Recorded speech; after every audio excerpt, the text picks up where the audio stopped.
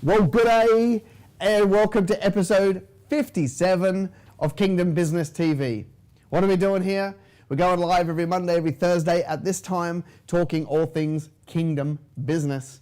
All right, we're talking about raising up our businesses, using our gifts and our talents into the marketplace, growing businesses for the sake of influence and finance so that we can fund our churches, fund projects, and help advance the kingdom of God. The marketplace is such a wonderful domain to show the world the love of Christ, and that's the joy that we get every single day.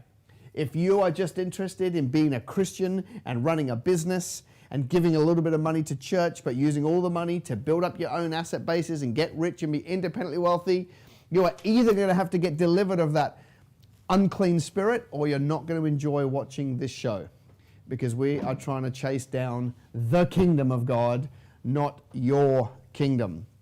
So each time we do this, I answer questions from you guys and we look at the Bible. So if you've got a question around business, you can put it in the comments below and my team will see that and feed it through to me and I will answer it. If you would like your question answered by me on the phone, then simply put your phone number in the comments and we will reach out to you. Hey, have you been enjoying, or have you been on my morning business devotional that I've been doing? Every single morning, so this is a fourth morning, we're doing 7, and I've been looking at scripture from a business perspective and doing that. If you've been on those, give me some sort of feedback in the comments.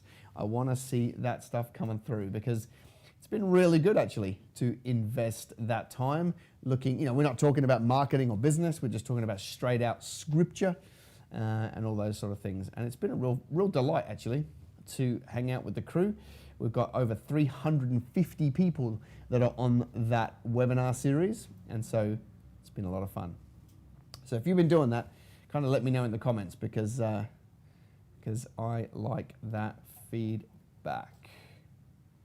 All right. Cool. What am I going to talk about here today? I'm going to pick up on a little proverb. Why? Because I think it's fun. Proverbs 4:25. Proverbs 4:25 says this: "Let your eyes look straight ahead and your eyelids look right before you." Let your eyes look straight ahead and your eyelids look right before you.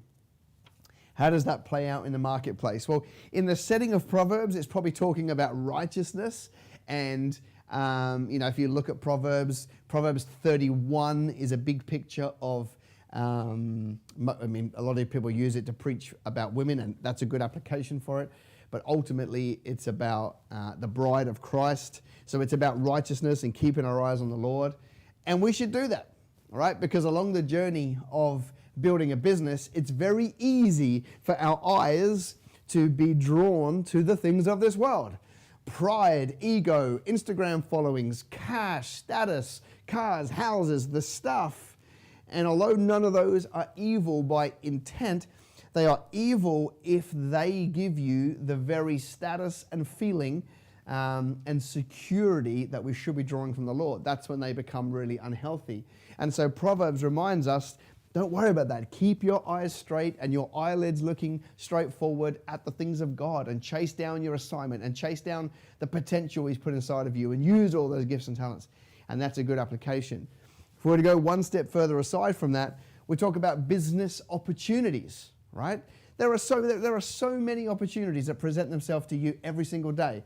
Whether they be Bitcoin or crypto or any of those things that pop up, right? These fads.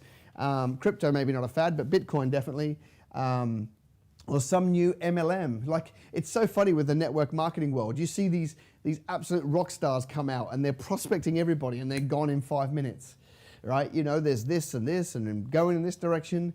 And I would say to you that when I talk to the business people that have built a great business, profitable, funded projects, good life balance, those people, they built it by saying no. I know there's a really cool meme that goes around the internet of Richard Branson that says, if somebody presents an opportunity and you don't know how to do it, just say yes and work it out. That's fine after you've made your money to come up with that stuff, right? And there are probably certain people gifted to be able to have, 30 different companies, in his case 300, and run 30 at one time and deal with that chaos. But it's very few people that can do that. So here's what I would say to you. The wealth that I've made is because I ran at one thing and I did that one thing well and I grew that one thing and I focused on it and I got better at it and I refined it and it made me more and I did that one thing and I invested in it. And so I would say to you that run at that thing, right? Run at that thing. It doesn't mean you can never quit. But too many people are quitting and chasing and scrambling and chasing all these little fairies and things around the side. Just do what the scripture says. Put your eyes and look straight ahead. Build the core business. Don't be scrambling. If the core business isn't working, don't be like this one. Build the core business. Keep your eyes straight ahead and keep your eyelids focused forward, because too many people are scrambling, trying 72 things, doing them all really badly, and none of them go deep enough to penetrate. Remember, business is depth, not width, okay? Get in, get it done, do the work, reinvest, get better at it. Look back after 10 to 15 years, and you'll have something great, okay? We've got to stop this short-term scrambling, this focusing, chasing fantasies, because it just don't work. All right.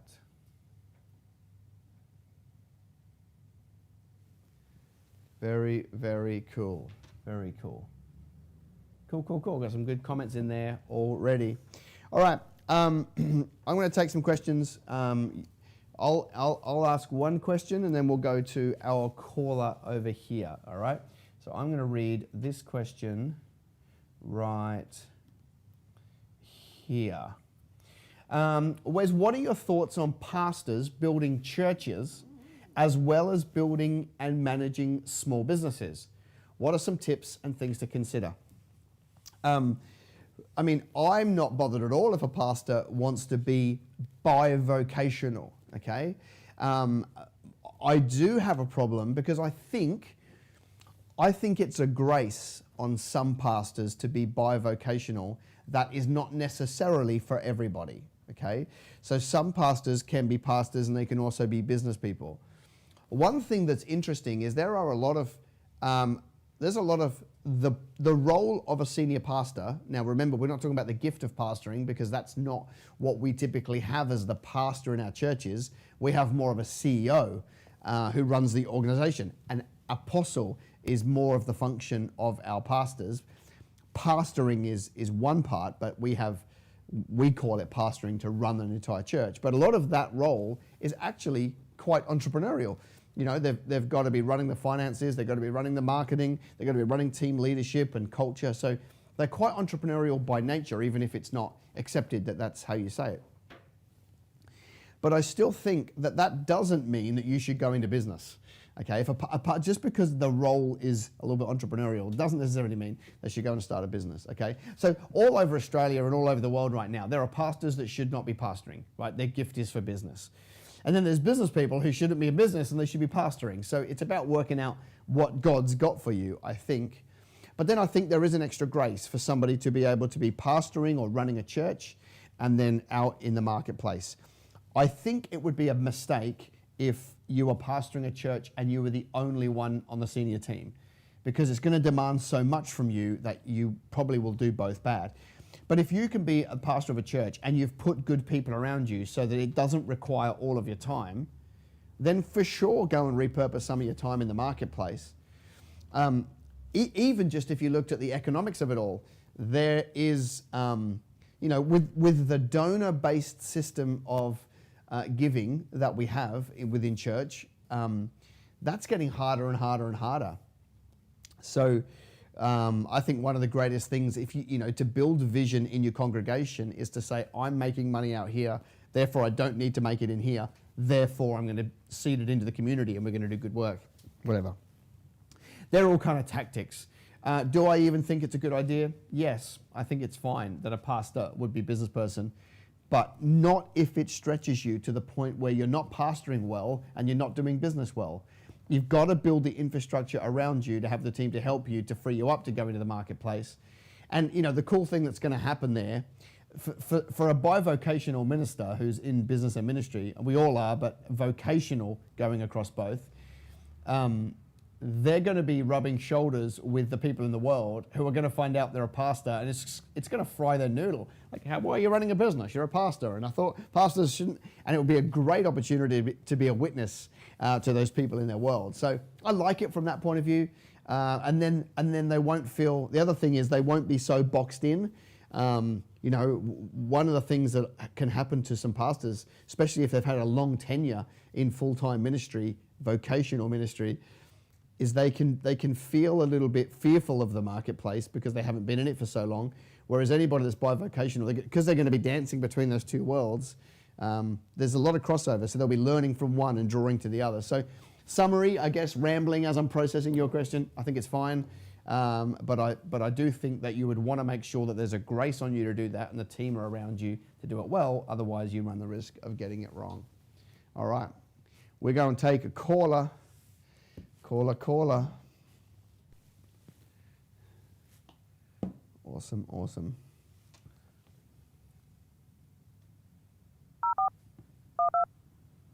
Jeez, if you can turn that down a bit, that'd be wonderful.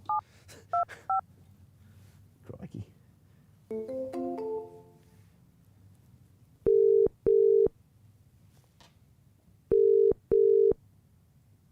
Hello, Camelia speaking. Camelia, it's Wez Hone. You're on Kingdom Business TV. Hi, Wes. How are you? I am salubrious. How are you? Awesome. What can I help you with? So my question is, you mentioned on the KBN night on Monday night, living, Babylon versus Kingdom. Mm-hmm. So one of the things which I thought I agreed that we shouldn't accept cash for our services or products, but it's something that no one talks about, paying others cash. And to me, it seemed really like the same thing. I'm just wondering what your thoughts were. Yeah, so for everybody watching, Camelia's talking about our Kingdom Business Network chapter. I actually went and visited my first chapter meeting after 4 months of it running on the Gold Coast and spoke to those guys, which was a real blessing. And I talked about Kingdom and Babylon and some of the behaviors, and I talked about not doing cashies. So the first thing I'd say is I didn't say don't accept cash. What you can't do is not record cash, right? It's okay to accept cash. It's just not okay to not record it. Okay, so now paying cash, I don't think it's an issue to pay cash as long as the expectations are righteous. If we're paying cash and saying, hey, how much for cash? Can we not put the GST? Like, I think if we're doing that, we're doing it. We are just as guilty. We're just as guilty of taking a cashie if we are trying to force a supplier, or offering one, okay? Because it's the same heart, right? The heart of a cashie is not declaring tax. And by not declaring tax, we're saying, God, you're not big enough to be my source and supply, okay? That's the conundrum from heaven's perspective. It's like God is sitting up in heaven and he's not worried about your 10% tax bill. He's got way more for you, but he wants us to honor the system. It's the same heart, right? Because God's interested in hearts, not wallets. So it's the same corrupt heart that would say, hey, how much for cash? Can I pay less? Can we get around the tax man, and then we both benefit from that. It's the same heart. It's the same person that's screaming, God, you're not big enough to be my source and supply, right? Now, just fast forward to, like if you go to the Good Guys or one of those department stores, their whole marketing angle is pay less, pay cash.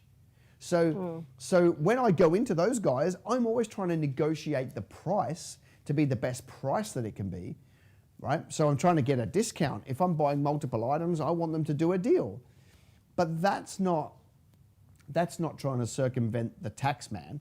That's just negotiating a price. The only time it becomes a problem paying cash is when we're trying to get out of paying taxes and stuff like that, or not recording it. And we are, see, the problem with doing that is we are immediately complicit, right? Copying the world. The world system that doesn't look after people, produces poor people, and has no problem ripping people off. We've got to approach this in the opposite spirit. We've got to bring something different to the table. Otherwise, what the heck is our witness?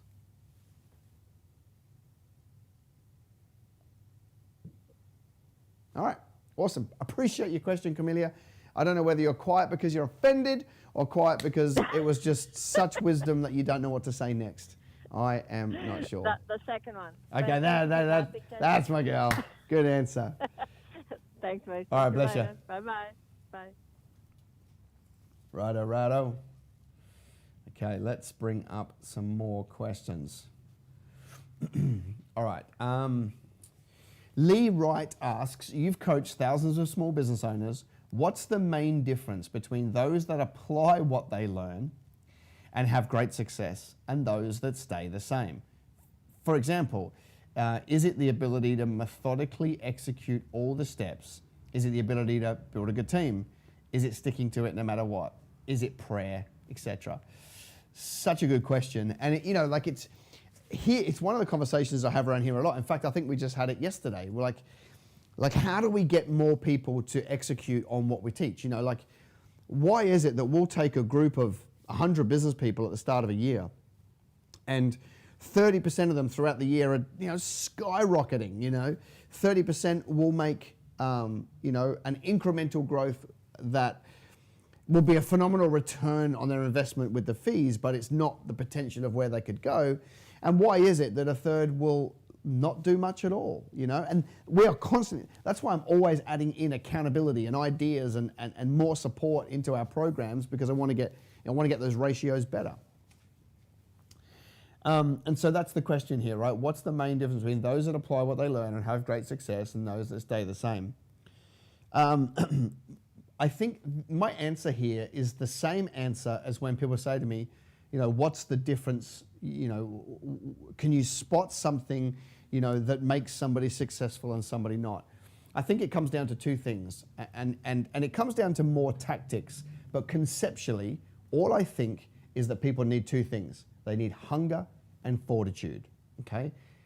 When you're insanely hungry for the outcomes of your life, when you see a big vision and you are just like, I am not stopping until it's done, right? And you can't see yourself playing small. When you've got so much hunger to chase down your potential, then ain't nothing gonna get in your way, okay?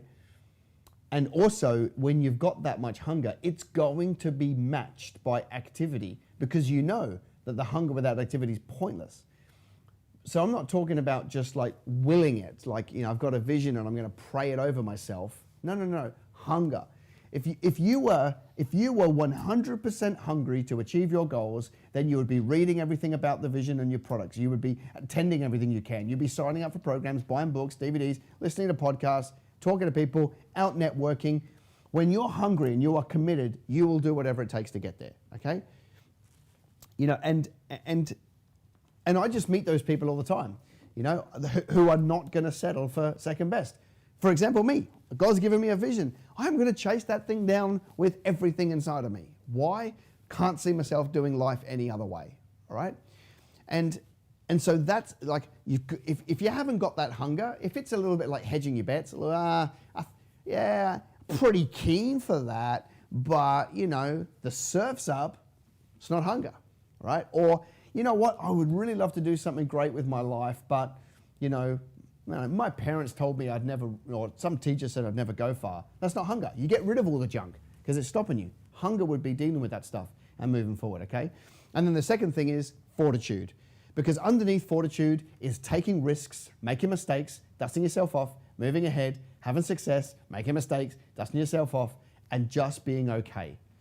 One of the things that Christians need to get much better at is understanding that process is as important as prize. The vision is great and the hunger is great, but you've got to be able to be okay with the journey. It's long, it's hard, it sucks at times.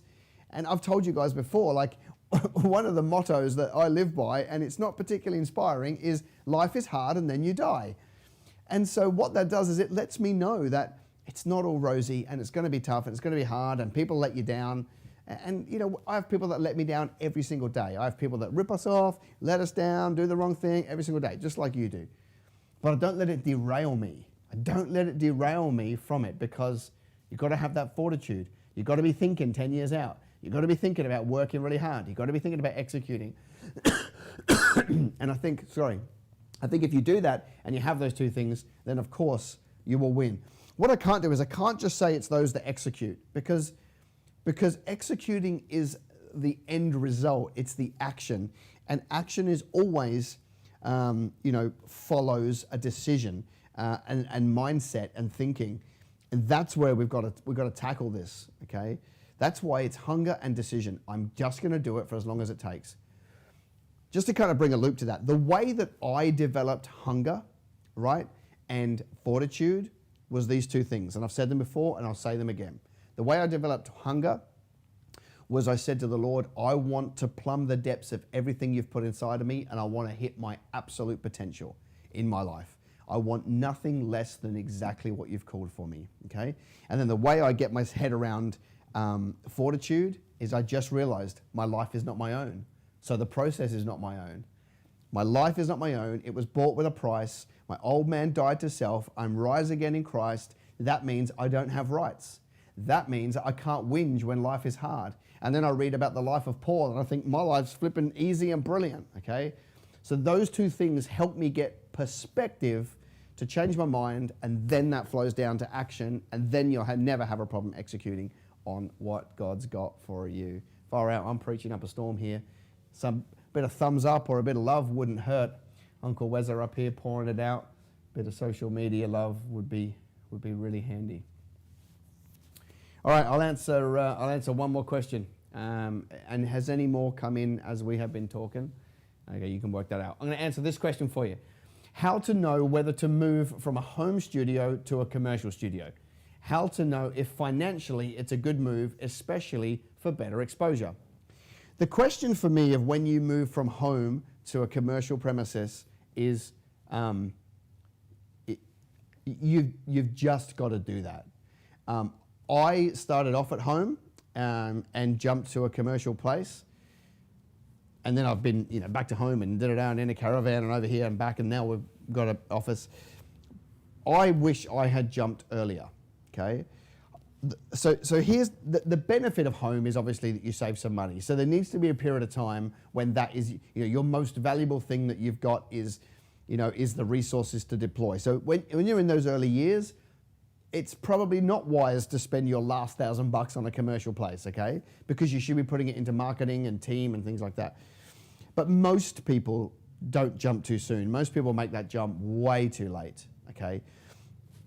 And so what happens is they develop very unhealthy habits around home, right? They spend more time at the fridge than they do making sales calls, right? And that's a massive mistake, right? I meet people that can recite to me the reruns of Dr. Phil. Why? Because they just happen to walk past every day and get caught spending 28 minutes watching some big bozo Texan talk people down, right? That stuff is not helping you grow a business, okay? So it doesn't draw the best out of you when you're at home, because you can kind of get up late and you can kind of leave early and you kind of no one's accountable and no one's peering over your shoulder, okay? It doesn't draw the best out of you. So that's why I say, once the money thing's fixed, get out into a commercial place and put team around you, because it just makes you lift your game. Now, the second reason is, for me personally, I really enjoy leaving office at the end of the day, and I've got a 14-minute drive to home, and in that time I can change my mindset from I want to crush the world to I need to be present with my kids, and I need that transition time to be able to do that. If it was home and family mixed, I would be a horrible person until 9 o'clock at night when the kids are in bed. Why? Because I just don't have that clear delineation between work and home. So there's many reasons why you should do it. If I was going to get exposure for my business, now it goes from an expense to an investment. The reason why you get a premises that has exposure is marketing. It's part of your footprint and your marketing being out there for people to see it. Now you can go and measure the effectiveness of that. So go and get the place, build a brand in town, get everyone to see you, bring them in, measure how much you're bringing in versus what are you spending. Now there's a commercial benefit. If you can actually be seen in this place, you actually have a full commercial benefit to doing that, okay? So I understand that at the start it makes sense to conserve the money only as long as the money's being put in the business somewhere. It's been put towards marketing, it's been put towards customers, but at some point and way sooner than you're comfortable, you've got to jump and get a space, okay?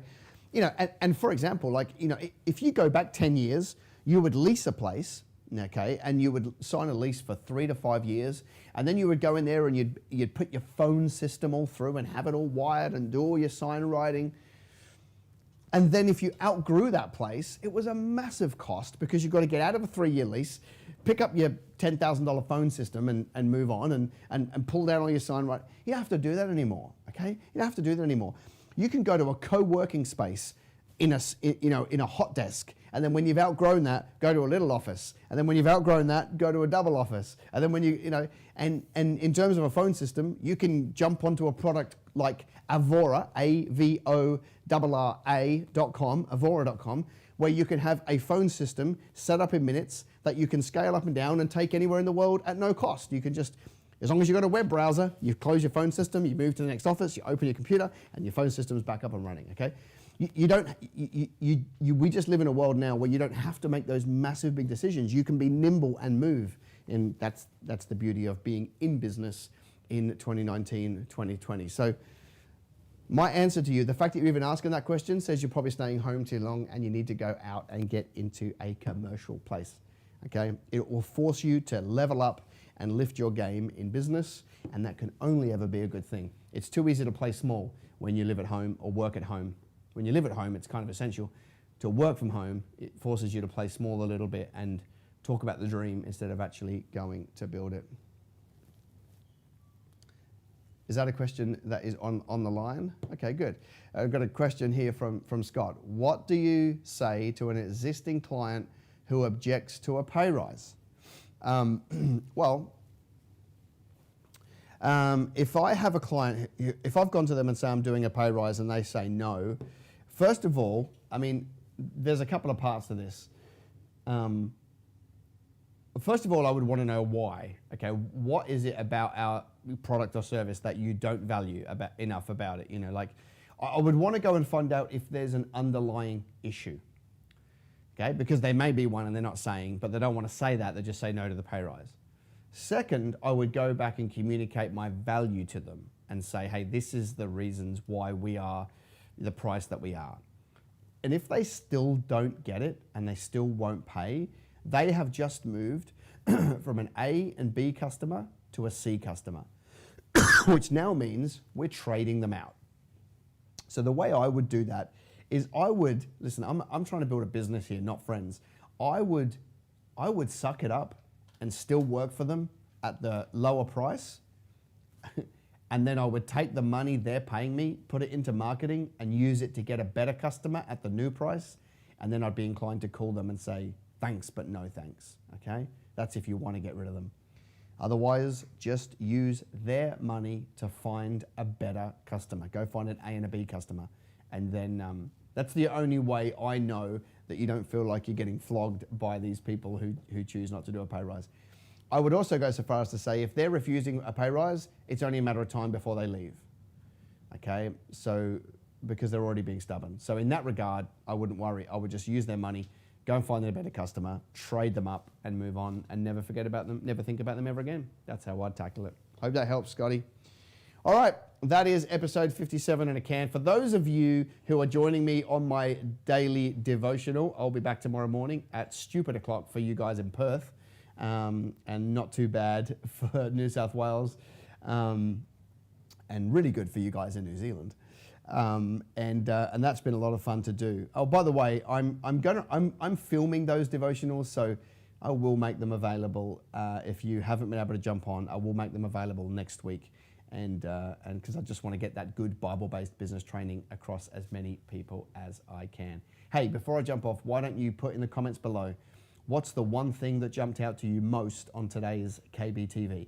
What's the one learning, the one take home, the one thought bubble that you had? Do me a favor, put it in the comments below and I'll be reading them and I'll reply to you because I'm interested in you and I care about you. Well, that's it. Episode in a can. I'll see you Monday. See ya.